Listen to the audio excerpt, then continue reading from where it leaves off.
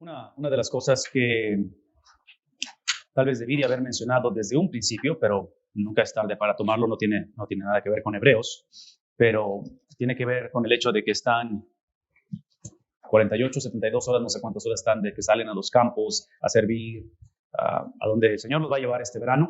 Y son, ¿qué? 10 semanas en total, por ahí más o menos, 11 semanas, y de ahí regresan aquí, ¿verdad? Los que no han graduado, que es la mayoría de ustedes.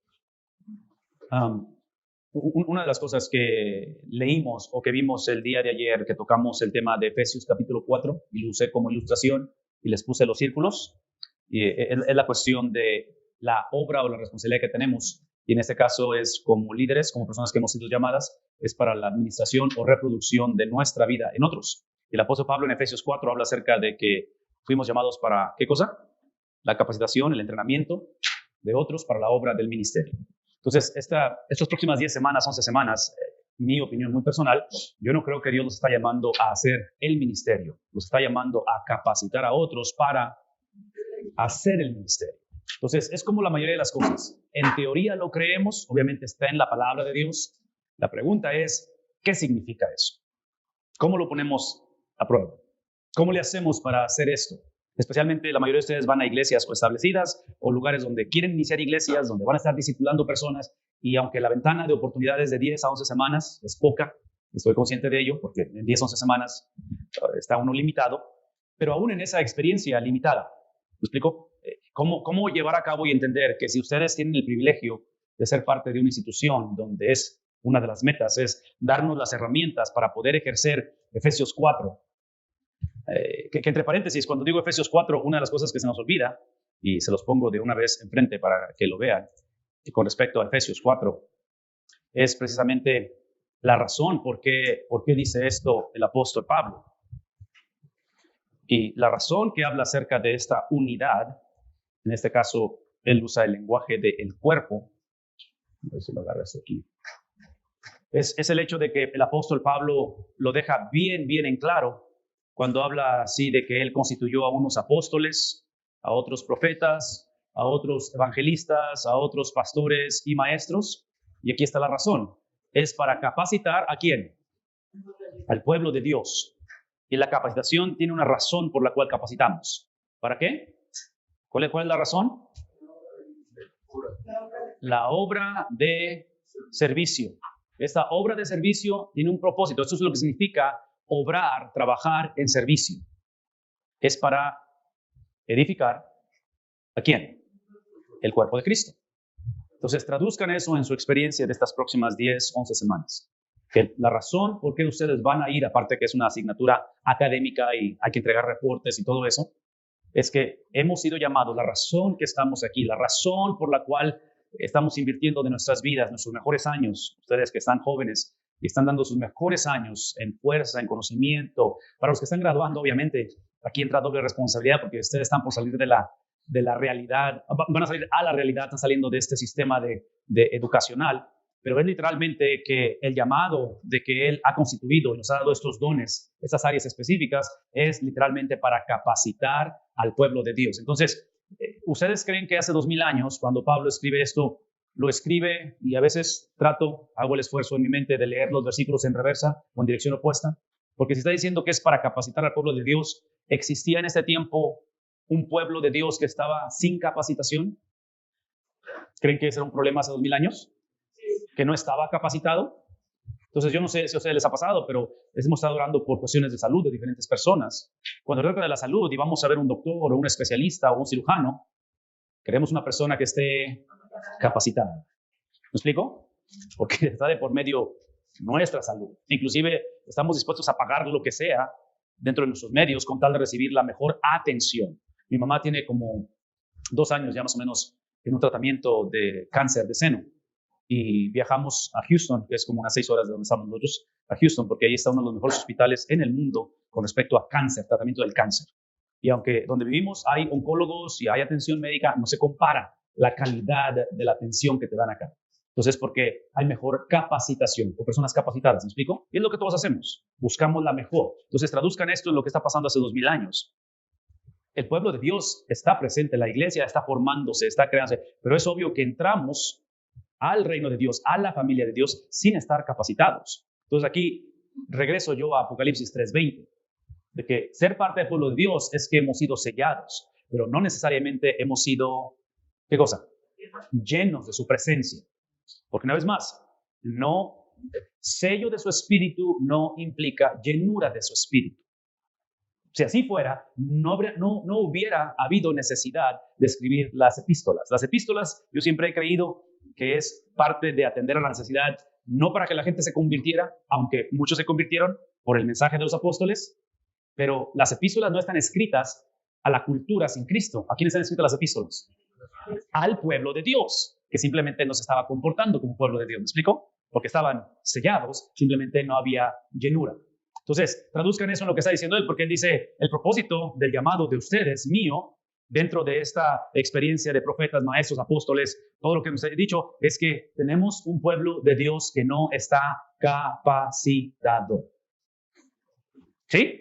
Eso es lo que está diciendo. Entonces, ahora que van a sus campos, ahora que salen a trabajar con pastores, con misioneros, donde el Señor los lleve, tenemos que iniciar la conversación con este tipo de lentes culturales, o no sé cómo le queramos llamar, donde no podemos asumir simplemente que la gente ha llegado al punto en el cual ya están capacitadas. E inclusive, los que ya están capacitados, y otra vez voy a hablar de los que están por graduar, los que ya están capacitados, una característica de una persona capacitada es una persona que tiene y fomenta y promueve y vive un hambre por el aprendizaje.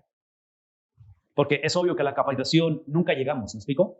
No es un destino, no es algo que dices, ya llegué, ¿sí? Es obvio que el sábado les van a entregar un papel y va a haber la ceremonia y todo eso, y eso es importante, y esa nada más es la celebración o el reconocimiento de lo que ustedes hicieron hace 4 años cuando llegaron, hace 2 años, o el tiempo que les ha llevado a completar sus estudios o capacitarse. Pero el seminario, la experiencia de este tipo de instituciones o de instrumentos que Dios usa es simplemente para crear los hábitos donde al momento en que salimos a estos campos, o en este caso los que van a salir del seminario permanentemente, porque ya se acabó aquí la fiesta para algunos de ustedes, es entender que lo que estoy por hacer es salir a reproducir no lo que sé, pero ¿qué reproducimos?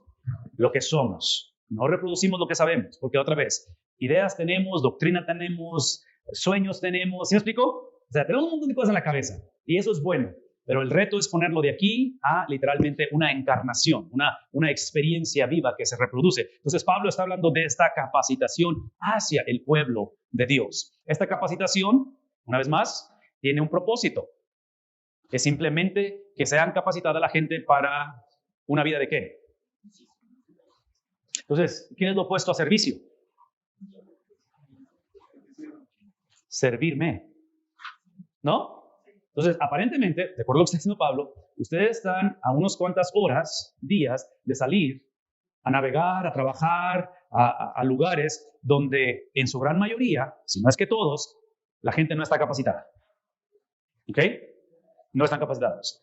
Eso implica que no están capacitados, son gentes que, sin que lo digan, sin que lo piensen, entran a la familia de Dios o al pueblo de Dios pensando que es para que me sirvan. ¿Me explicó? Para que me sirvan. ¿Por qué? Porque son gentes que han sido selladas por su espíritu, pero no necesariamente llenas de su espíritu. Entonces, la próxima vez, dentro de estas 10, 11 semanas, que alguien haga algo, diga algo, que digan ustedes, ay, te dices cristiano, acuérdense, denle el beneficio de la duda. ¿Me explico? A la persona en ese sentido. Porque, una vez más, Pablo está viendo que estas iglesias en Éfeso, esta generación, no están viviendo hacia una vida de servicio, están viviendo para ser servidos ellos. Esta vida de servicio lo que hace al final, ¿qué hace? ¿Qué es lo opuesto a edificar? Entonces, ustedes esto lo saben por experiencia propia, porque somos seres humanos, somos organismos con vida, que no hay absolutamente nada que está estancado. Cada día envejecemos, ¿verdad? Algunos un poquito más rápido que otros.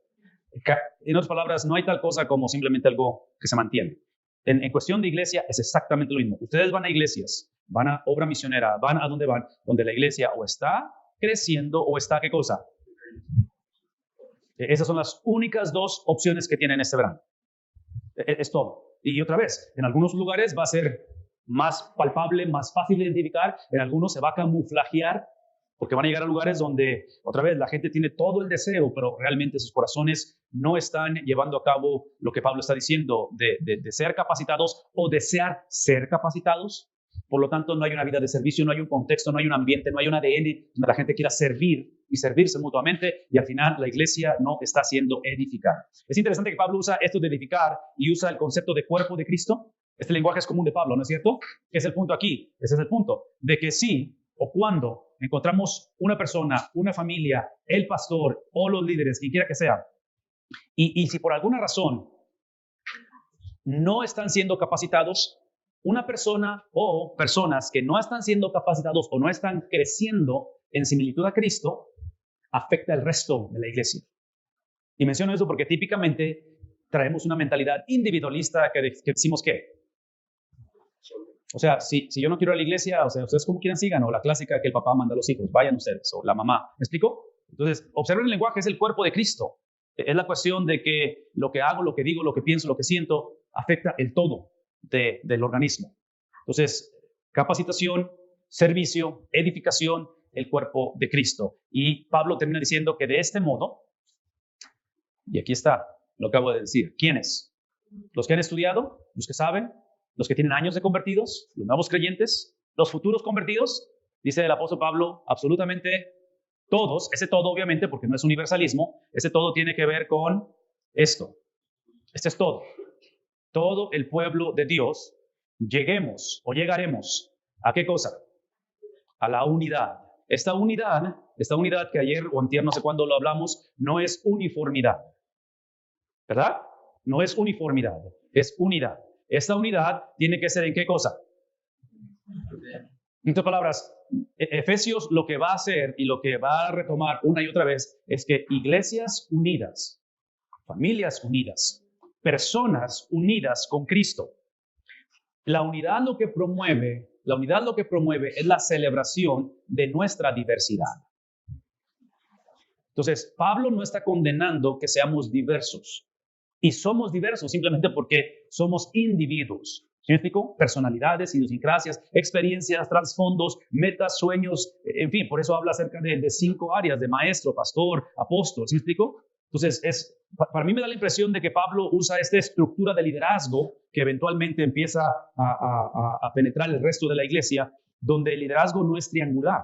Y digo triangular porque típicamente, y otra vez, porque somos parte de un sistema de cientos de años, el catolicismo, donde se crearon jerarquías, no en función, pero en esencia, ¿verdad? O sea, creamos esto de que el que está mero arriba es infalible y ¿sabe de qué estoy hablando, verdad? Okay. Entonces, aparentemente Pablo, con esta presentación de 5 áreas de dones o de habilidades o de llamamientos, él no los pone triangularmente, porque otra vez, en las próximas 10 semanas, 11 semanas, ustedes van a ir a contextos, a iglesias, a lugares donde el que está mero arriba, en cuestión de liderazgo, de estas 5 áreas, ¿quién es? Es el pastor, es el llamado pastoral. Pero aparentemente Pablo está diciendo que no es uno el que debe estar arriba, sino que tiene que ser una línea, ¿sí?, nivelada con 5 diferentes áreas. ¿Sí ven lo que está pasando aquí? Ahora, otra vez, estoy hablando de función en este caso, ¿verdad? Y cómo funciona. Por eso, mi opinión muy personal, para que la iglesia pueda hacer lo que estamos hablando, es que sea una iglesia que tenga multiplicidad de liderazgo. Y no tiene que ser pagado todo. Yo sé que iglesias no pueden pagar múltiples pastores y todo eso, pero si el pasaje inició diciendo esto, el versículo 11, Él mismo constituyó, ¿quién es Él? Sí, Cristo constituyó y empieza a hablar de lo que Él constituyó. Es obvio que la iglesia, siendo el cuerpo de Cristo, estos dones son los dones que Dios ha dado o que Cristo ha dado. Por lo tanto, la implicación aquí es simplemente que dentro de las iglesias ya existe gente a las que van a ir ustedes donde vienen, gente que son llamadas o que tienen el don pastoral, que tienen el don apostólico, que tienen el don profético, que tienen el don de maestros, que tienen el don de evangelistas. Eso es lo que está implicando. Ya existe. Inclusive no lo podemos crear nosotros porque son cosas que el Espíritu da a la iglesia, ¿verdad? El trabajo de nosotros, este es el reto. ¿Cómo es que le hacemos para crear estructuras humanas basadas en la palabra de Dios? ¿Cómo estructuramos la iglesia para que estos dones sean identificados, estos dones sean puestos o sean identificados donde se capacite a la persona donde la gente empiece a vivir una vida de servicio, donde la iglesia sea edificada. ¿Cómo le hacemos para hacer eso? Porque mientras mantengamos una estructura triangular, en lugar de que sea una línea, sí, constantemente nos vamos a volver a caer en la misma situación que caemos constantemente, donde otra vez creamos como en el fútbol la segunda división, la primera división y tenemos la selección, que son los que realmente van y compiten contra los mejores. No existe tal cosa, ¿verdad? En la iglesia. En fin, cuando hablamos acerca de esta unidad, dijimos que es la unidad en qué cosa? ¿Y qué dijimos que es la fe a la luz de la Biblia?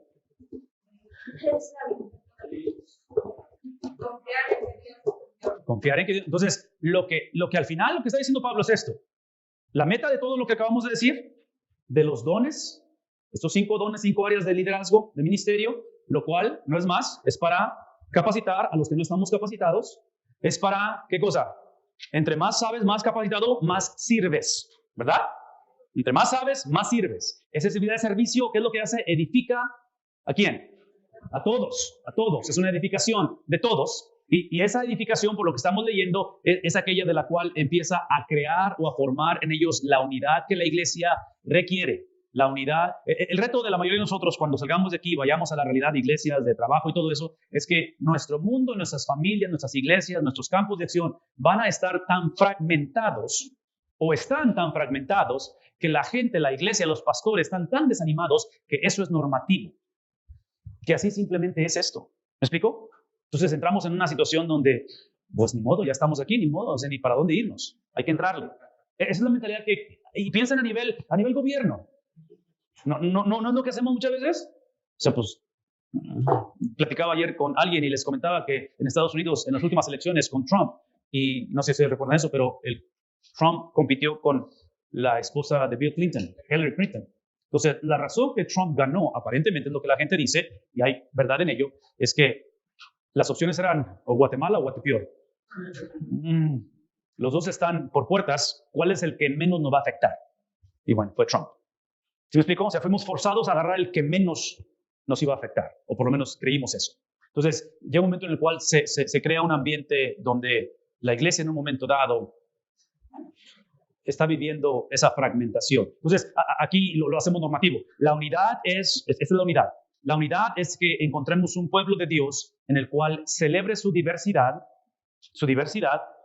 y la otra es que esta unidad, que lo hemos dicho varias veces, por los capítulos 1 al 3, es que la unidad no es tanto entre nosotros, la unidad es la del Espíritu con el Padre, con el Hijo, traída y encarnada en nosotros en una vida de aprendizaje en lugar de sábelo todos, capacitación, en una vida de servicio y en una vida en la cual estamos edificando, no la iglesia, estamos edificando al esposo de la iglesia. En otras palabras, lo que crece no es la iglesia, quien crece es la imagen, la presencia, el carácter, la mentalidad ¿de quién? De Cristo, que se beneficia ¿a quién? La iglesia. ¿Me explico? Porque otra vez piensen en su propia vida, en mi propia vida. Sí, lo que yo necesito no es una mejor versión de mí, ¿verdad? Eso lo hemos dicho toda la semana. ¿Qué es lo que yo necesito? Yo necesito el carácter, la persona, la mente, el entendimiento, el sentir, el pensar, el reaccionar ¿de quién? No el mejor de mi persona. Aunque es bueno mejorar y terapias y tener cursos de personalidades que, si me explico, todo eso es bueno y no estoy en contra de eso, pero al final de la historia, lo que mi espíritu, mi cuerpo, lo que mi esposa y mis hijos necesitan no es una mejor versión de mí. Eso es mentalidad positiva. Para eso tienes diferentes personas que te pueden ayudar a hacer eso. Pero lo que yo necesito, que es la experiencia de regeneración, es simplemente el carácter, el sentir, el pensar de Cristo Jesús. Es una persona en mí. Entonces, piensen eso a nivel de iglesia. Cuando hablamos acerca de edificación, yo sé que estamos pensando que es crecimiento, multiplicación, misiones. Eso es importante y qué bueno que suceda. Pero si somos honestos, hay iglesias que pueden crecer numéricamente sin necesariamente predicar el evangelio. ¿No? Y no estoy en contra del crecimiento numérico. No estoy en contra de eso. No estoy en contra. Simplemente lo que estoy diciendo es que Pablo lo pone bien claro. La unidad que la iglesia necesita es la unidad, no necesariamente donde todos pensemos igual, sintamos igual, hablemos igual, creemos igual, todo eso. Acuérdense que esas iglesias, una característica de esas iglesias es que son cristianos, es que son personas, tanto judías como griegos, como gentiles, como romanos, como bárbaros, de múltiples contextos que acaban de encontrarse con Cristo y se unen al pueblo de Dios. Es lo que dijimos al principio. Entonces, todas estas diversidades, las diversidades de las cuales Dios los diseñó de esa manera. ¿Me explico? Dios los diseñó de esa manera, ¿sí? Se convierten en ídolos. Las preferencias personales se convierten en el motor de arranque al venir a la casa de Dios, donde ahora hay disputas entre ellos, no porque sean malos necesariamente, las disputas es porque lo que están tratando de edificar, están tratando de crear o de aumentar, es su agenda personal. Y Pablo está diciendo, la manera en la cual ustedes van a poder ejercer estas 5 áreas de ministerio en un contexto donde es el pueblo de Dios, pero no se está comportando como el pueblo de Dios, donde creen que están capacitados o lo saben todo. En el caso de los judíos, que por eso Pablo constantemente está dándole bofetadas a los judíos, que los judíos todavía están con esa mentalidad de que para ser cristiano hay que ser judío. ¿Me explico? Entonces quieren practicar el proselitismo, quieren que sean bautizados, no para arrepentimiento, para que entren en el judaísmo, y están en las iglesias donde el judío, ustedes y yo sabemos, cuando hacían convivios, no podían soportar que los griegos llegaban con tacos de machacado y de tocino, porque ellos no comen puerco. ¿Me explico? Entonces todos esos lentes culturales y prejuicios existían. Los van a encontrar ustedes donde van a ir. ¿Y saben por qué los van a encontrar? Porque ustedes los llevan. Esa es la razón que los van a encontrar. Y la cosa es esta. La cosa es que es como todo. No saben o no sabemos que los tenemos hasta que alguien lo expone, ¿no es cierto? Esa es la realidad. Entonces, como todos los tenemos, para mí, esta mañana es simplemente recordar que en estas próximas 10 semanas, 11 semanas, hay algo bien en claro a lo que vamos. Porque no sé si les he platicado de Charlie Brown y Snoopy, pero Charlie Brown tiene la habilidad de que él, cuando tiene un arco y tiene una lanza, ¿recuerdan esa analogía? Él, en lugar de hacer un tiro al blanco en la pared, lo primero que hace es que él tira la lanza y la clava, y donde quiera que esté, después hace el tiro al blanco. Entonces, hay que asegurarnos que ese no es nuestro verano. ¿Me explico? Ahora, ustedes no pueden controlar si las iglesias a donde van o los campos misioneros, así es como funcionan. Ustedes no pueden controlar eso, ¿me explico? Porque muchos de ustedes van a lugares que nunca han ido, gente que nunca han conocido, han escuchado de ellos, a lo mejor los siguen en Facebook y ven un poquito de lo que hacen, pero realmente no los conocen. Independientemente qué tan incierto sea el futuro, los que van a graduar, qué tan incierto sea hacia dónde va esto y qué viene después, lo que está diciendo el apóstol Pablo es que, una vez más, el concepto de la unidad, en primer lugar, es la fe. Y es obvio que para estas alturas, en este momento, porque la audiencia de Pablo es una audiencia con mucha fe. Cada quien trae su fe. El judío convertido trae su fe, el griego convertido trae su fe, ¿sí? el romano convertido trae su fe. Estas comunidades son diversas en cuestión étnica, en cuestión de idiosincrasias. Pablo no está hablando de la fe de la iglesia, está hablando de la fe de Cristo. Y dijimos que fe es simplemente fidelidad. ¿Recuerdan eso? Fe es fidelidad. ¿Qué implica ello? Eso es lo que implica que en este caso la iglesia, en cuestión de desunidad o de fragmentación o de no unidad, eventualmente la iglesia empieza la gente a dejar la iglesia. ¿Verdad? Es lo que está pasando en este tiempo. La gente algunos empiezan a regresar ¿a qué? Al judaísmo. Algunos, lo que están haciendo, esos griegos, están trayendo todas sus costumbres del paganismo, de ese griego, de esa mentalidad griega y esas filosofías que están medio rebuscadas. Gnosticismo se le llama. Lo están infiltrando ¿a dónde? A la iglesia. Entonces la iglesia no tiene una estructura sólida todavía en la cual no saben qué hacer con todo lo que está pasando. Y si a eso le agregan persecución, es el ojo del huracán perfecto para que el evangelio no sobreviva. ¿Verdad? Es el cuadro perfecto. Y el apóstol Pablo, con la autoridad apostólica, la inspiración dada por su espíritu, simplemente dice, esta es la manera en la cual vamos a conducirnos. Y 2000 años después, aquí estamos. Creó el efecto de dominó de la autoridad de su espíritu. Entonces, esa unidad es en la fe. ¿Esa unidad es en qué cosa? Después de fe, ¿qué dice? Es el conocimiento. Otra vez, aparentemente, el problema en esta generación no era la ignorancia. Aparentemente, en esta generación donde los griegos habían arrasado culturalmente con todo, ¿me explico? O sea, la escritura del Nuevo Testamento, la vida de Jesús, se lleva a cabo en un contexto griego. En un contexto donde el griego, culturalmente hablando, y cuando digo griego no estoy hablando simplemente en cuestión de nacionalidad, estoy hablando simplemente de filosofía, de que el Nuevo Testamento, ¿sí?, va a ser influenciado por todo ello, creían en la separación de conocimiento y estilo de vida. Conocimiento, ética, conocimiento y moralidad. Es lo que el griego hacía. La mentalidad hebrea, Antiguo Testamento, siempre vio la vida en su totalidad, completa. ¿Me explico? Entonces, en este caso, cuando hablamos del conocimiento, es obvio que Pablo no descarta la necesidad de conocer. Pero aparentemente, dentro del conocimiento, observen que el conocimiento no es simplemente el incremento de información o el incremento de capacidad o el incremento de herramientas para hacer la obra. Es el conocimiento del Hijo de Dios. Y la mayor parte del tiempo, no siempre, pero este concepto de conocer, en mi mente yo regreso al libro de Génesis, donde Adán conoció a Eva y ella concibió. ¿Qué tipo de conocimiento es? es de intimidad. Es la experiencia, podemos decir, suprema a nivel humano, donde dos personas se hacen uno. ¿Me explico? Entonces, traduzcan esto en el concepto de Cristo, donde la meta es que todo esto que hemos delineado, de ser el pueblo de Dios, la necesidad de ser capacitados para que la capacitación produzca una vida de servicio. Y la vida de servicio construye un contexto de edificación en la iglesia que nos lleva a unirnos a lo que Cristo creyó, ¿verdad? Esa es la unidad. Nos unimos a lo que Cristo creyó. Ahora lo que hace es que unirme y afirmar y abrazar y creer lo que Él creyó me lleva a una unidad. ¿Con quién? No entre nosotros, con Cristo. Dice Pablo, es unirnos o tener la unidad del conocimiento del Hijo de Dios. De tal manera que ese conocimiento a una humanidad perfecta que se conforme no solamente algo parcial, no solamente algo circunstancial, no solamente algo en concepto o doctrina, pero en su totalidad, a una plenitud, donde Cristo como persona se convierte en la meta. ¿Sí? Cristo como persona se convierte en la meta. Entonces, simplemente quería recordarles esto o llevarles a pensar porque, inclusive, muchachos, otra vez esto es la Biblia, obvio, y lo creemos. La pregunta es, ¿qué significa? ¿Cómo lo ponemos en práctica, no? Entonces, ahí es donde yo les recuerdo y les vuelvo a decir que el trabajo de uno no es hacer ministerio. El trabajo de uno es capacitar personas para que hagan el ministerio. Ese es el trabajo de uno. Inclusive, yo argumentaría, humanamente hablando, que para recibir o tener remuneración vocacionalmente en la iglesia, a través de vivir del ministerio, es precisamente para hacer eso. Yo no creo que pastores, líderes misioneros deben de ser pagarles para que hagan ministerio. Yo pienso que debemos ser pagados cuando capacitamos a otros para que hagan el ministerio. ¿Me explico? Porque seamos honestos, hacer ministerio nos encanta. Predicar, enseñar, estudiar la Biblia, visitar, evangelizar nos encanta. Lo difícil es cuando hay que enseñar a otros a hacer eso, porque la gente es complicada. ¿Me explico? Las iglesias están amañadas.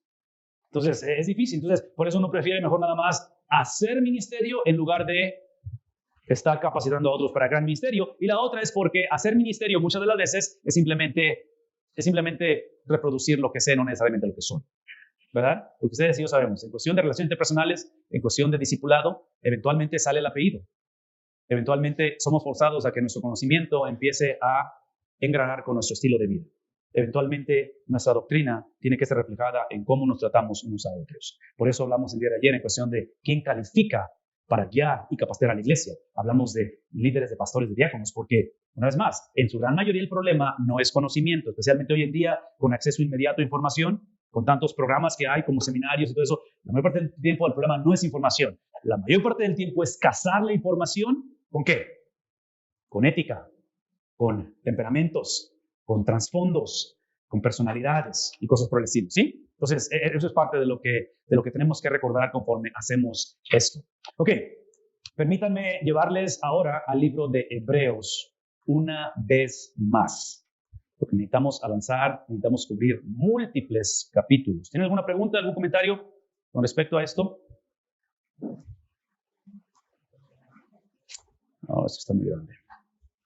No solamente la iglesia está, finalmente en términos generales, no solamente la iglesia está amañada, sino que nosotros mismos nos hemos a veces creído que si no hacemos la obra de la licitación y ese tipo de cosas y demás, no estamos cumpliendo con nuestro ministerio. Y no la creemos. Y el pastor debe ir por delante. El líder debe ir por delante porque a veces es inteligente a seguir. Y si él no lo hace, pues ¿cómo quiere que la iglesia lo haga? Si a él le pagan, no lo hace. Y a veces hasta hemos sido crueles, ¿no? Con los pastores y los líderes, más con los pastores tal vez, en juzgar que solamente son líderes o pastores de oficina. Sí, es la Biblia. Creo que en general hemos sido así un poco, hemos errado. Sí, y por eso es que muchas de las veces es más atractivo iniciar una iglesia para no lidiar con la subcultura de la iglesia establecida, con lo que hicieron los pastores previos. Entonces, es más atractivo iniciar una iglesia, pero, aquí está el pero, eventualmente la iglesia establecida o nueva, una misión, una plantación, eventualmente las instituciones, los organismos, reflejan el ADN del líder. Entonces, como pastor, si yo tengo ahí yo diría que después de 2 o 3 años, 4 años, ya no hay absolutamente a nadie más que culpar más que a mí mismo. Porque la iglesia refleja mi persona. ¿Me explico? Entonces, sí, tiene razón en eso. Entonces, por eso es que cuando vamos a una iglesia establecida, el Señor nos lleve, y muchos de ustedes van a ir a iglesias establecidas este verano, esa es la realidad. Esa es la realidad. Vamos a encontrar ese tipo de cosas ahí. Ok, muchachos, capítulo 3, ahí en sus cuadernos, por favor. De Hebreos, página 39, de acuerdo a lo que yo tengo aquí. Yo ni sé si son las mismas páginas, pero me imagino que son las mismas páginas entre ustedes. Pero lo que va a hacer cada capítulo, que ya hablamos acerca de esto, va a dar un trasfondo al principio del capítulo. ¿Me explico? Entonces, ese trasfondo del capítulo 3 en este caso, habla acerca de una sección en la cual este capítulo 3 habla de la superioridad de Cristo ahora con respecto a los dos líderes del pacto mosaico, los cuales fueron ¿quiénes? ¿Sí? Y la característica de ellos dos es que fueron hermanos levitas. Y esto nos va a llevar o a conducir a la discusión más adelante del sacerdocio de Melquisedec. En esta sección, eso es lo que quiero que mantengamos en mente. Una es superioridad. Ya hablamos de superioridad de Cristo en cuestión de cómo es que Dios habla, pero hablamos en el capítulo 1, capítulo 2 de la superioridad sobre los ángeles. Ahora es superioridad de Cristo sobre Moisés y sobre Aarón o sobre la ley o el pacto mosaico. En este caso ahora, en la letra B, va a ejemplificar o a decirnos qué significa esto. ¿Qué significa que Cristo es superior a la ley mosaica? En la letra B dice que el concepto es el de la casa de Dios y el concepto de el reposo. Mantengan esas dos palabras en mente porque son cruciales en esta sección, en este capítulo, para demostrar la superioridad de Cristo sobre, en este caso, sobre la ley mosaica. El argumento se desarrolla en esta forma. Esta es la manera en que lo va a desarrollar. Ok, se desarrolla de esta manera. De que Moisés, esto es importante, Moisés fue parte de la casa o de la familia de Dios. Pero Jesús, ¿cómo lo presenta? A ver otra vez. Número 1, dentro de la letra C. Ok, aquí está la letra C. La manera en que va, déjenme regresar. El punto del capítulo 3 es, una vez más, Jesús superior ¿a qué cosa? A la ley. ¿Sí? A la ley. Jesús superior a la ley. Eso implica que es superior a Moisés, es superior a Aarón. Eso implica, y esa es la manera en que va a demostrar el autor de Hebreos la superioridad. Va a hablar de la casa de Dios y va a hablar acerca de el reposo en Dios o el reposo de Dios. Eso es el vehículo que va a usar para demostrar la superioridad de Cristo sobre la ley mosaica. Y ahora empieza a desglosarlo. ¿Y cómo lo va a ilustrar? Es porque Moisés fue parte de la familia de Dios. Inclusive piensen en Moisés, que es obviamente, Moisés es un hombre trascendental, ¿no es cierto? En la historia del judaísmo, del cristianismo. O sea, Moisés, si se pone a pensar en el personaje o en la tarea de Moisés, toma lo que se cree, los historiadores, 2.7 millones de personas. No sé cuánto es 2.7 en cuestión de una ciudad. ¿Oaxaca? ¿La ciudad de Oaxaca tiene tantos así de habitantes? 2.7 millones. No sé si lo pueden imaginar, pero es un montón de gente. ¿Okay? 2.7 millones de personas es un montón de gente. Es lo que se cree que Moisés va a sacar de Egipto. El contexto de sacarlos de Egipto es que Moisés saca una generación que todo lo que sabían era trabajar y tener hijos. Es todo lo que sabían. Obviamente influenciados por el politeísmo de Egipto. Entonces, no es un grupo de gente que viven en una neutralidad o en un secularismo donde simplemente no hay Dios, donde, ¿sí me explico? Donde no hay referencia o punto de referencia en cuestión de cosas espirituales. Vienen con un montón de costumbres literalmente ingridas, o sea, es parte de 400 años de vida. Y así de un día para otro, no de un día para otro, pero así nada más de repente se aparece Moisés, habla con Faraón y le dice, deja salir a mi pueblo. Conocemos la historia. El punto es que al salir, el peregrinaje es por 40 años. Y en 40 años, aquí está el punto y lo quiero decir, quiero que vean la grandeza de Moisés, porque fue un gran hombre. En 40 años, Moisés va a crear los fundamentos, va a establecer las bases de los sistemas para discipular una nación. ¿Por qué? Porque cuando este pueblo salió, ya lo dije, todo lo que sabían ellos era trabajar duro y tener un montón de hijos. Es todo lo que sabían hacer. De tal manera que Éxodo inicia diciendo que de repente el faraón dice, estos ya se multiplicaron. El día que se nos echen encima, no vamos a poder con ellos. Me explico, si se unen a un ejército forense o foráneo, automáticamente va a ser un problema. Entonces, a donde voy es esto.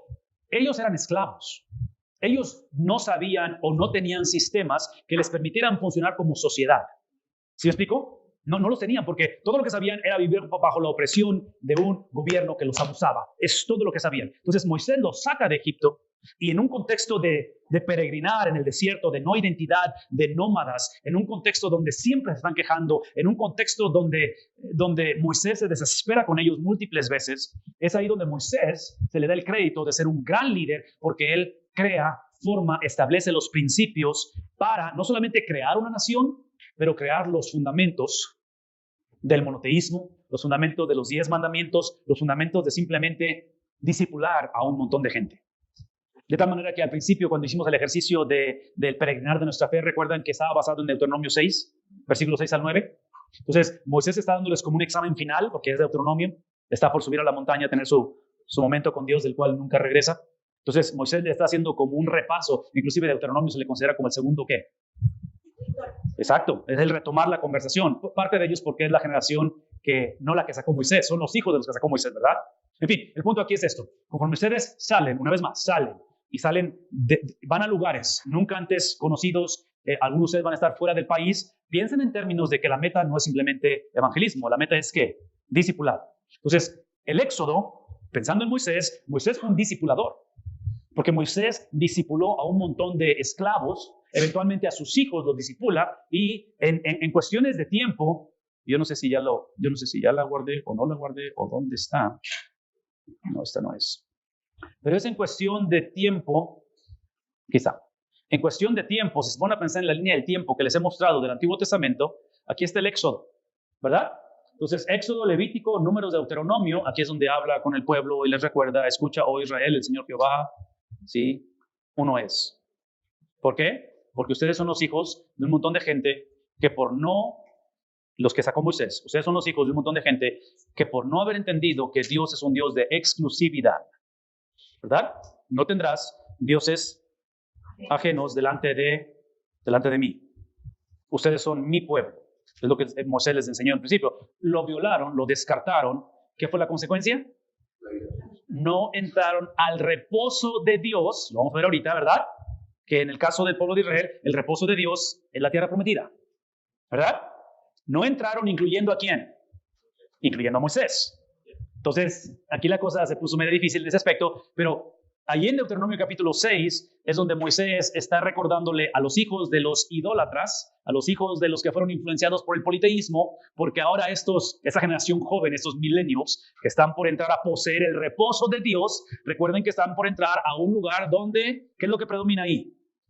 Politeísmo. Y Moisés está diciendo, acuérdense que esto no es nada más doctrina, esto no es nada más una sugerencia, esto no es nada más algo que ustedes aprendieron a través de la escuela dominical o que se los decía la abuelita antes de que se durmieran cuando oraban con ustedes. Esto es la realidad de la vida.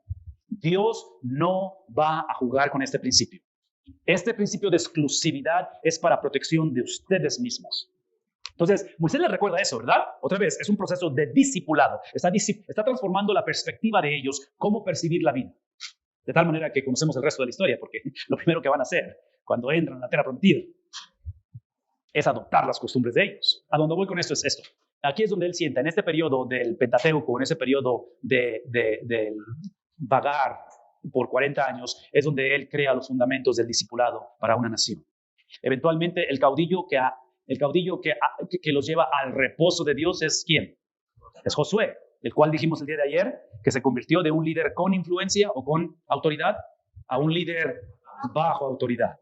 Y en mi mente no puedo dejar de pensar que, bueno, y otra vez, esto es un principio que yo pienso que se aplica en todos lados.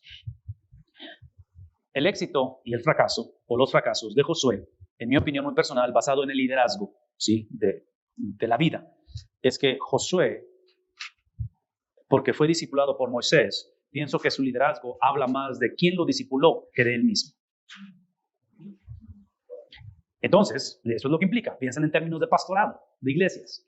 donde quiera que servimos, donde quiera que estamos, en 10 semanas, 11 semanas, que van a estar sirviendo este verano, piensen en términos de cuando se llegue agosto y la mayoría de ustedes regrese a la escuela y a lo mejor no vuelven a esos lugares donde estuvieron, la huella que ustedes dejen ahí, las personas que impactaron, las personas que discipularon en ese periodo, lo que pase con ellos va a hablar más de ustedes que de ellos.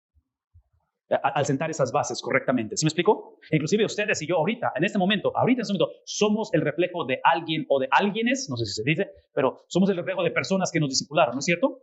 De nuestros pastores previos, de nuestros mentores. En otras palabras, no existe tal cosa como que yo me hice a mí mismo. Eso no existe. Es arrogancia en su extremo, ¿no es cierto? De que yo soy el producto de mis propias decisiones. No es cierto, eso no es cierto. En fin, entonces al punto que voy es que Josué es quien nos va a llevar a poseer la tierra, el reposo de Dios, es el lenguaje que va a usar Hebreos constantemente, pero a donde iba con todo esto es de que observen que aquí está Josué en la línea del tiempo. Después de ello encontramos a jueces, la J y la D es jueces, y ¿quién está contemporáneo con el libro de jueces? Ruth, que es parte de esto, ¿verdad? Pero de ahí, aquí es donde voy.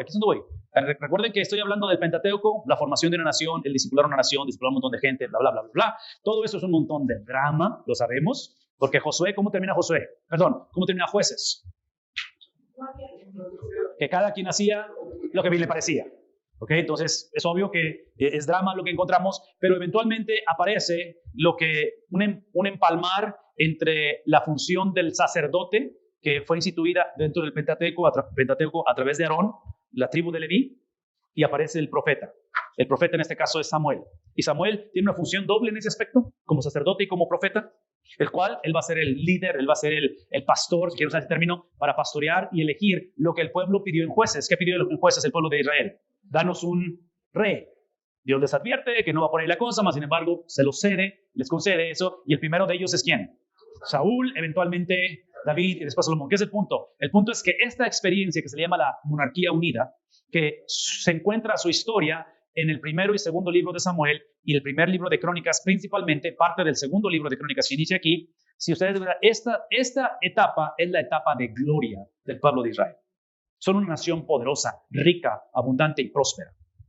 ¿Sí? Por eso inclusive cuando piensan en términos de Mesías, el resto de la historia del pueblo de Israel, ellos siempre piensan en términos de un David. Porque acuérdense, David fue el prototipo de un guerrero, ¿verdad? Él el que mataba gigantes. Entonces, en este caso, a donde voy es de que observe que es en un periodo relativamente corto de lo que es el Pentateuco o Deuteronomio a la monarquía unida, donde el discipulado de Moisés florece en algo nunca antes visto.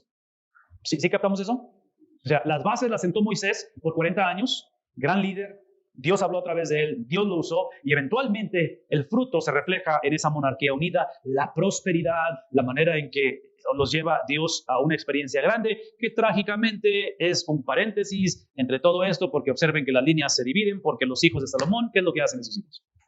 Dividen el reino. Que una vez más, sin sonar prejuicioso, los hijos dan el reflejo de quién fue su padre. Porque los hijos simplemente estaban haciendo lo que el padre hizo, ¿verdad? Con todas sus concubinas y todas sus esposas. Eventualmente, Salomón hace lo que Dios prohibió desde un principio. No tendrás dioses ajenos delante de mí. No los vas a tener. No se va a permitir eso. Entonces, eventualmente sucede la tragedia donde de aquí en adelante, sobre todo en los reyes, en el liderazgo o reinados de Israel, el reino del norte, si ustedes leen su Biblia, se van a dar cuenta que es caótica la situación, ¿no es cierto? Los reyes del reino del norte, los del sur no cantan mal las rancheras, pero los del norte, o sea, es algo trágico. Entonces, a donde voy es esto, es que si esta es la etapa de gloria, los años de gloria, la construcción del templo, que obviamente representa la presencia de ¿quién?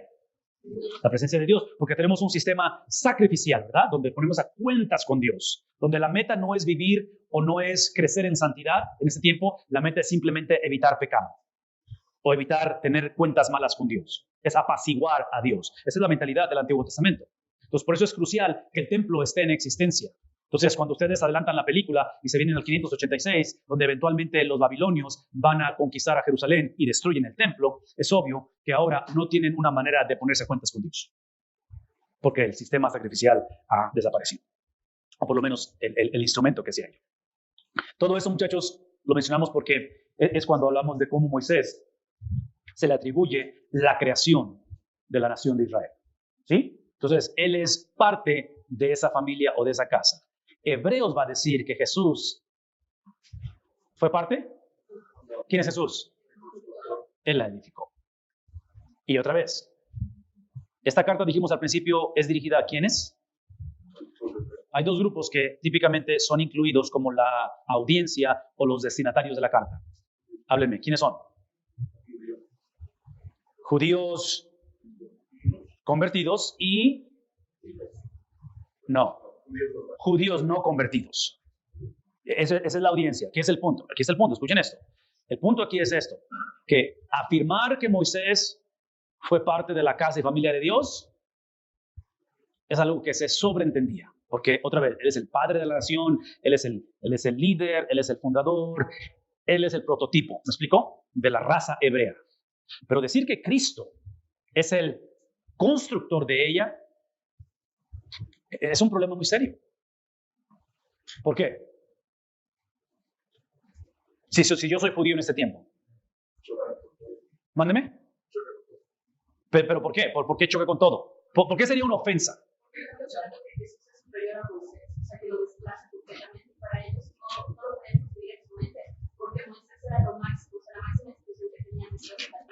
Y no solamente la máxima expresión, lo cual tienes razón, pero ellos como cultura, ellos como generación, ellos como un pueblo, son el producto de la grandeza de Moisés. ¿Me explicó? Por eso existimos, o sea, aquí estamos presentes, o sea, ¿qué más quieres? ¿Qué otra cosa quieres de esto? Y la otra cosa que otra vez es parte de lo que están diciendo, es que si Jesús fue el constructor, eso implica que Jesús estuvo presente en ese tiempo. Y hasta donde yo recuerdo, porque creemos que la audiencia de Hebreos probablemente son primera o segunda, tercera generación de cristianos o en otras palabras, la persona de Jesús está fresquecita la cosa, ¿no es cierto? Entonces, muchos podrían haber dicho, hey, pero nosotros conocemos a María, la madre de Jesús. ¿Cómo es que pudo haber estado él en aquel tiempo? Suena ilógico. Mándeme. Cuando él decía que era mayor, no creo que era de Abraham. Exacto. No tiene 50 años. Es ilógico, ¿verdad? Es ilógico lo que está diciendo. Entonces, piensen en esos términos porque el escritor está diciendo, hey, no le quitamos nada a Moisés, le damos crédito al hermano, gran hombre, gran líder, lo que ustedes quieran, pero quien realmente construyó la nación, la casa, la familia, fue Jesús. Moisés se le considera el siervo en la casa de Dios. Él sirvió a la casa. En el caso de Jesús, ¿qué es la diferencia? Exacto. En otras palabras, y otra vez, aquí tenemos que regresar a Abraham, a Isaac, a Jacob. Desde el principio, antes de Moisés, y estamos hablando de cientos de años, ¿no es cierto? Entre Abraham y Moisés, que aquí hay un principio extremadamente importante. Observen que la salvación de Abraham, que él le va a creer a Dios y se le es acreditado como justicia, que su salvación es experimentada y vivida antes de la formación, no solamente de la nación de Israel, pero de los 10 mandamientos. Entonces, aparentemente, el hombre no necesita los 10 mandamientos para ser salvo. Pero porque el hombre es salvo, hay que cumplir los 10 mandamientos. ¿Sí vemos la diferencia? Entonces, los 10 mandamientos no son negociables. Es simplemente cuándo los vamos a ejercer. El punto aquí simplemente es esto, de que cuando pensamos en este caso en la formación de la nación de Israel, en la misma vida de Moisés, es que encontramos que el llamado de Abraham desde un principio, cuando él es justificado por Dios, es hecho justo, el prerequisito, porque no existe amor incondicional, siempre hay una condición, es que Abraham tenía que creer, ¿verdad? Y cuando creyó, se le fue contado por justicia. Entonces, Abraham es salvo antes de los 10 mandamientos, pero esa salvación desde un principio fue para ser un siervo, una vida de servicio, el vehículo para la salvación de otros. ¿Me explico? Que es la razón por qué ustedes van a ir este verano a servir. Porque ustedes han sido capacitados, han sido salvos, han sido discipulados, están aprendiendo ¿para qué? Simplemente para servir. Porque reproducimos, no lo que sabemos, reproducimos lo que somos. Eso es lo que reproducimos, ¿ok? Entonces, en este caso, cuando hablamos acerca de Moisés siendo un siervo en la casa, lo cual es extremadamente importante, el llamado de Moisés, la experiencia sobrenatural de una zarza ardiendo, todo lo que hemos entendido, ahora que lo vemos de espejo retrovisor, entendemos que sus 40 años en Egipto, sus 40 años en el desierto o cuidando ovejitas, la zarza se aparece 80 años de edad, 40 años, fue la preparación para 40 años en el desierto, ¿me explico? Él no lo sabía, él no lo entendía, pero ahora lo vemos así. La diferencia es esto, es que aparentemente Jesús desde un principio no solamente ejemplifica y vive la vida de servicio, pero Jesús es miembro de la familia. donde esto de lo que estamos describiendo, la estructura, el proceso, los eventos, Abraham, el pacto, creyó, fue justificado, Moisés, la nación, todo eso, es el vehículo donde Dios no simplemente deseaba un grupo étnico, un grupo que tuvieran ciertas costumbres y trasfondos, que fueran gobernados de manera. Dios lo que deseaba era una familia. ¿Sí? Eso es lo que Dios deseaba. Dios deseaba la restauración de lo que sucedió en Génesis capítulo 3. En Génesis capítulo 3 perdimos la habilidad de relacionarnos con Dios. Una fragmentación que por el carácter, la esencia, lo que Dios es en su santidad, Él no podía permitir una relación con Él. Donde el hombre, no por accidente, pero por alevosía y desventaja, decidió abandonar esa relación con Dios. Donde en lugar de ser mayordomo se hizo, ¿qué cosa? Autónomo. Y el resto lo conocemos. Entonces, todo esto que estamos navegando y aprendiendo en Hebreos es simplemente cómo es que el autor usa lo obvio, la historia, las evidencias, lo tangible, como el ejercicio que hicimos, lo palpable, lo no negociable, lo que ustedes ya saben. Hebreos simplemente está llevándonos a decir, desde un principio Dios ha estado tratando de hacer esto a través de Cristo, simplemente que lo hemos ignorado, simplemente que se nos olvidó que la cosa, en este caso, de la formación de la casa, vean esto, la formación de la casa, de la nación, la formación de la cultura, la formación de ustedes como nación a través de Moisés, no fue la meta. La meta es que fuéramos una familia, la meta es que tuviéramos una relación con el Dios que formó la casa. Y ese Dios, obviamente, es Cristo. Número 3, Él falló en traer a la realidad, ¿qué cosa? La entrada a la tierra prometida. Casi entró, casi, pero al final no entró. Porque aquí es donde vamos a tocar el tema de la apostasía. ¿Sí? Donde hay gente que casi se ven como cristianos. Casi se veía como pastor. Yo no sé dónde salió eso, pero se lo ordenamos, fue al seminario y mira con lo que salió. ¿Me explico?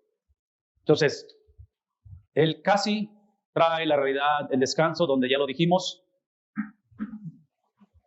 Solamente Josué, ¿y quién es el otro que entra? Josué y Caleb.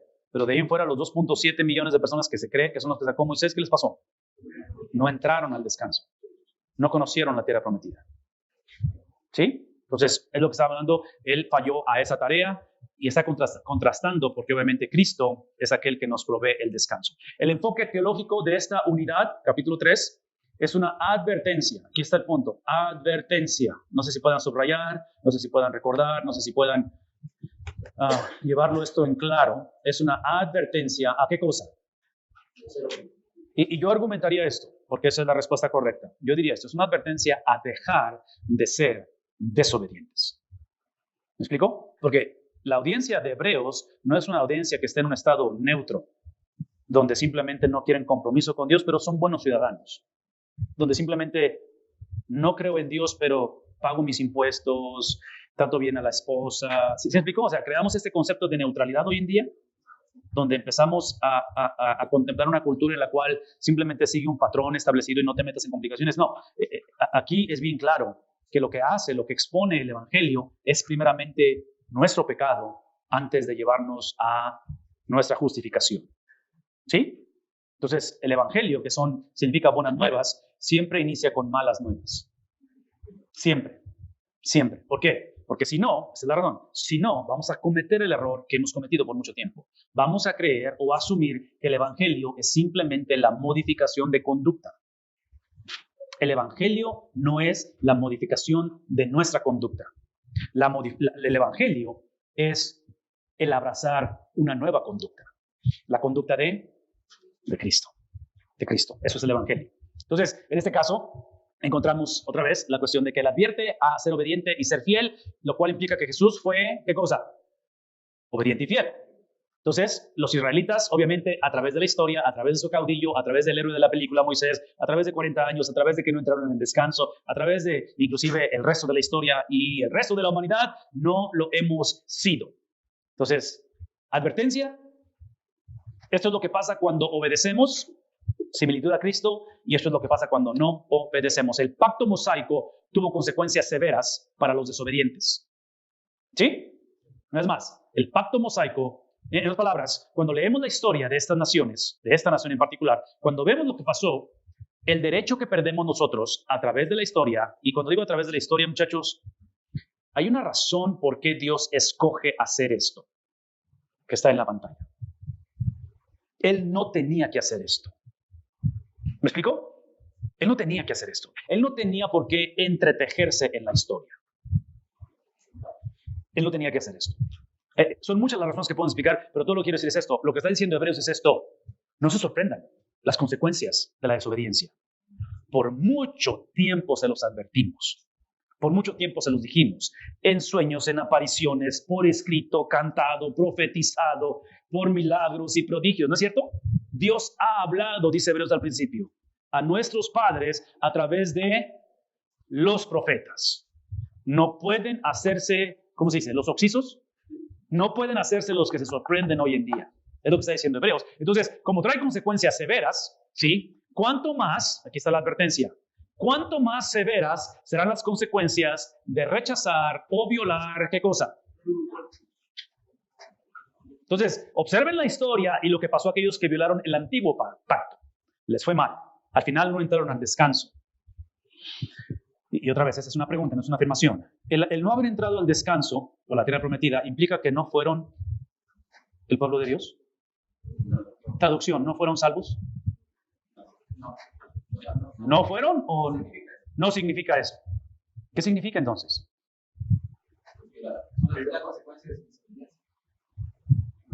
Y lo cual es extremadamente importante y es certero ello.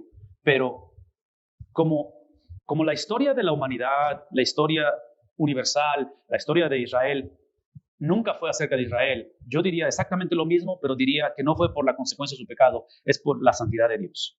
El no haber entrado no es tanto porque pecaron, desobedecieron, no creyeron, fueron incrédulos, pero fue más que nada porque Dios es justo, porque Dios es santo. ¿Me explico? Porque Dios no puede ser burlado. Entonces, es el mensaje que tenemos que compartir, donde enfatizamos los dos. Sí, definitivamente, la conducta, las acciones, la mentalidad, la idiosincrasia, la falta de fe, su pecaminosidad les lleva a no entrar al descanso, incluyendo a Moisés. Pero eso es secundario cuando te enfocas en quién es el que estableció esos parámetros desde un principio. ¿Me explico? Desde un principio el Señor dijo, sed santos porque yo soy santo. Yo soy el Dios que no voy a ser burlado. Yo soy el Dios que te he dado evidencias desde un principio de que mi poder es incomparable.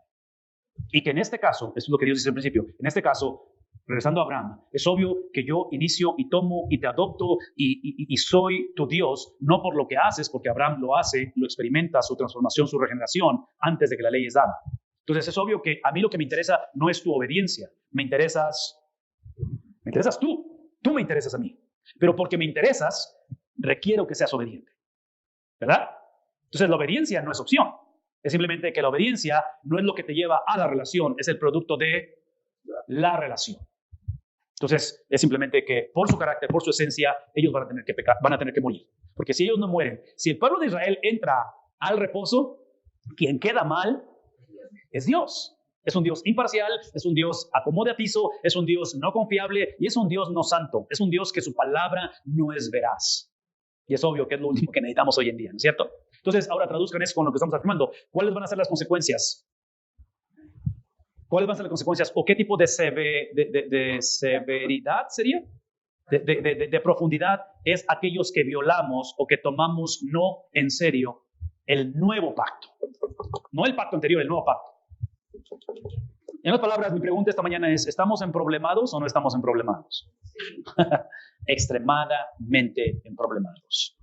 Inclusive, algunos de ustedes han hecho algunos comentarios y he escuchado en conversaciones. Una de las cosas, porque algunos de ustedes se sienten nerviosos, algunos de ustedes tienen emociones encontradas de este verano, algunos de ustedes por primera vez van a salir al campo en un periodo largo, algunos de ustedes están por graduar y obviamente la incertidumbre, ¿a dónde va esto? Y tenemos esta situación en nuestra mente, en nuestro corazón, en nuestro estómago, que dices tú, no sé qué onda. Mi respuesta es, acostúmbrense, así se vive el resto del ministerio. Domingo tras domingo. En otras palabras, es parte de lo que te recuerda que hacemos esto no por nosotros, pero lo hacemos, sí, aún en medio de nuestras limitaciones. Esta sección de la que estamos hablando nos ayuda a contemplar el Nuevo Testamento como el Éxodo nuevo, de una manera espiritual. ¿Ok? ¿Preguntas, comentarios? ¿Todos bien? Déjenme leerlo y después tomamos un break. Por tanto, capítulo 3, por tanto, hermanos santos, participantes del llamamiento celestial, que es el mandato, la ordenanza. Consideren al apóstol y consideren al sumo sacerdote de nuestra... ¿De quién está hablando?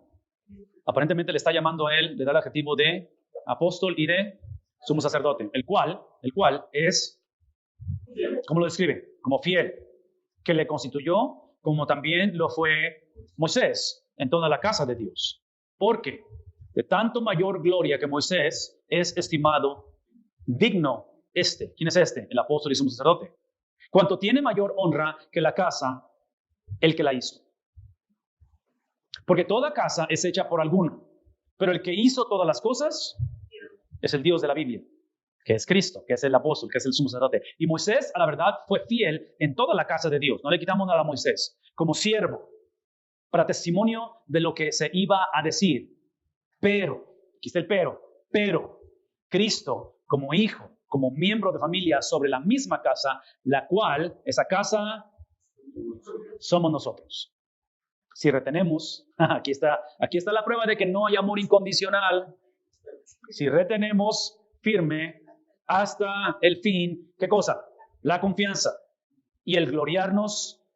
Esa palabra esperanza la vamos a hablar un poquito más adelante y la vamos a encontrar varias veces. La palabra esperanza en la Biblia típicamente significa o implica certeza, seguridad. ¿A diferencia de qué? ¿Qué típicamente decimos de esperanza? Un deseo de que algo suceda, pero no tenemos la seguridad que va a suceder. ¿Me explico? Tenemos la esperanza que el sábado en la mañana no llueva para que pueda hacer el culto de graduación, pero puede suceder, ¿verdad? Inclusive puede haber tormenta, en fin. Entonces tenemos la esperanza. En la Biblia, esperanza, específicamente en este tipo de contextos, es como si yo les dijera ahorita, les aseguro, muchachos, que el sábado no va a llover. Van a decir así como que, wow, espérame. ¿Cómo puede estar tan seguro? ¿Cómo puede tener la certidumbre? Es lo que está diciendo aquí. Está diciendo, sí, Cristo como hijo sobre su casa, como miembro, la cual esa casa somos. Entonces, lo que está haciendo aquí el escritor de Hebreos está recordándonos que Cristo, Moisés, obviamente es parte de esa casa. Moisés se le da el crédito que requiere. Moisés, gran siervo de Dios. Moisés trazó, otra vez, como les decía un momento, trazó la estructura, los planes, trazó la tarea de discipular los fundamentos, los sistemas. Pero ¿quién edificó? ¿Quién edificó la casa? Es Cristo. ¿Por qué? Es la razón. Porque Él es el único que no solamente edifica la casa, Él ya es miembro de esa familia. ¿Me explico? Entonces, en este caso, termina diciendo él esto, de que esa casa, a través de Cristo, no a través de Moisés, quien Él es y siempre fue miembro de esa casa, somos nosotros no por lo que Moisés hizo, pero porque Cristo es el Hijo. Y otra vez, el contexto, el trasfondo de esta audiencia, cuando hablamos de hijos, de primogénitos, cuando hablamos de aquellos que son los herederos del padre de familia, ¿verdad? Es que somos adoptados a través de Él. Por lo tanto, Él especifica, estipula, el escritor de Hebreos, esto solamente sucede, el hecho de ser hijos, el hecho de ser la casa de Dios, si retenemos con firmeza, hasta el fin. ¿Qué cosa? ¿Qué necesitamos retener? La habilidad de creer, de confiar en la confiabilidad, no de Moisés, no de nosotros. ¿En la confiabilidad de quién? Del Hijo, del apóstol, del sumo sacerdote. Entonces, el hecho de yo entrar a la casa, el hecho de yo ser parte de la casa, de la familia, el hecho de haber sido adoptado, escuchen esto, inició con una experiencia. Y en mi mente regreso a Génesis, donde Abraham le creyó a Dios y le fue contado por justicia. Pero eso no puede ser la meta. Esa tiene que ser, ¿qué cosa? El principio. Creer en Cristo Jesús, ser parte de la familia, de la casa de Dios, es simplemente el principio. ¿Por qué? Por la misma razón por la cual Abraham fue justificado, por la misma razón que Moisés es traído a una tarea increíble que es la formación de una nación, por la misma razón que este pueblo es sacado de 400 años de esclavitud, por la misma razón que Josué es el que lleva al pueblo al reposo. ¿Cuál es la razón de todo esto? Es porque a través de ellos, de esa iniciación, es que Dios quería redimir el mundo. Entonces, nuestra salvación, que somos parte de la familia de Dios, no es simplemente para que nos gloriemos que somos de la simiente del pueblo de Dios. Es para que entendamos que nuestra experiencia de redención, de ser parte de la familia de Dios, de la casa de Dios, es porque hay miles y millones de personas que Dios ha entregado al Hijo antes de la fundación del mundo que van a ser parte de la casa. Simplemente que Él nos ha invitado, nos ha llamado a ser el instrumento para que sean parte de la casa. Y a eso se le llama evangelismo. A veces se le llama discipulado. A veces se le llama entender que si somos parte de la casa de Dios, escuchen eso, si somos, o porque mejor dicho, no sí, pero porque somos, es entonces que lo que produce ser parte de la casa de Dios es el último enunciado en ese versículo. Es que por lo tanto estamos y vamos a retener, ¿cómo? Con firmeza. ¿Qué cosa? La confianza hasta el fin. Personas que son miembros de la casa, que son parte de la familia de Dios, no es evidencia, sino ¿qué cosa? Resultado. Es como el inglés y el español conmigo, ¿verdad? El inglés es la evidencia de que vivo en Estados Unidos, pero el español es el resultado de lo que soy. Es simplemente lo que soy. No me lo pueden cambiar. ¿No? ¿Sí me explico? Entonces, personas que son parte de la familia de Dios simplemente por naturaleza, simplemente porque es lo que somos personas que retenemos firme hasta el fin. ¿Qué cosa? La confianza. Y somos las personas que nos gloriamos ¿en qué?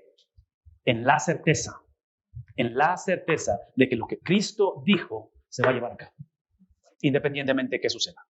Porque si ustedes leen esa frase y la leen en reversa con respecto a esto, es obvio que podemos fácilmente argumentar y crear esta última frase en reversa, donde el pueblo que salió de Egipto, su problema fue de que no tuvieron la certeza que iban a entrar a la tierra prometida, no se gloriaron en lo que Dios prometió que iba a hacer y que prometió desde Abraham. Ellos conocían la historia.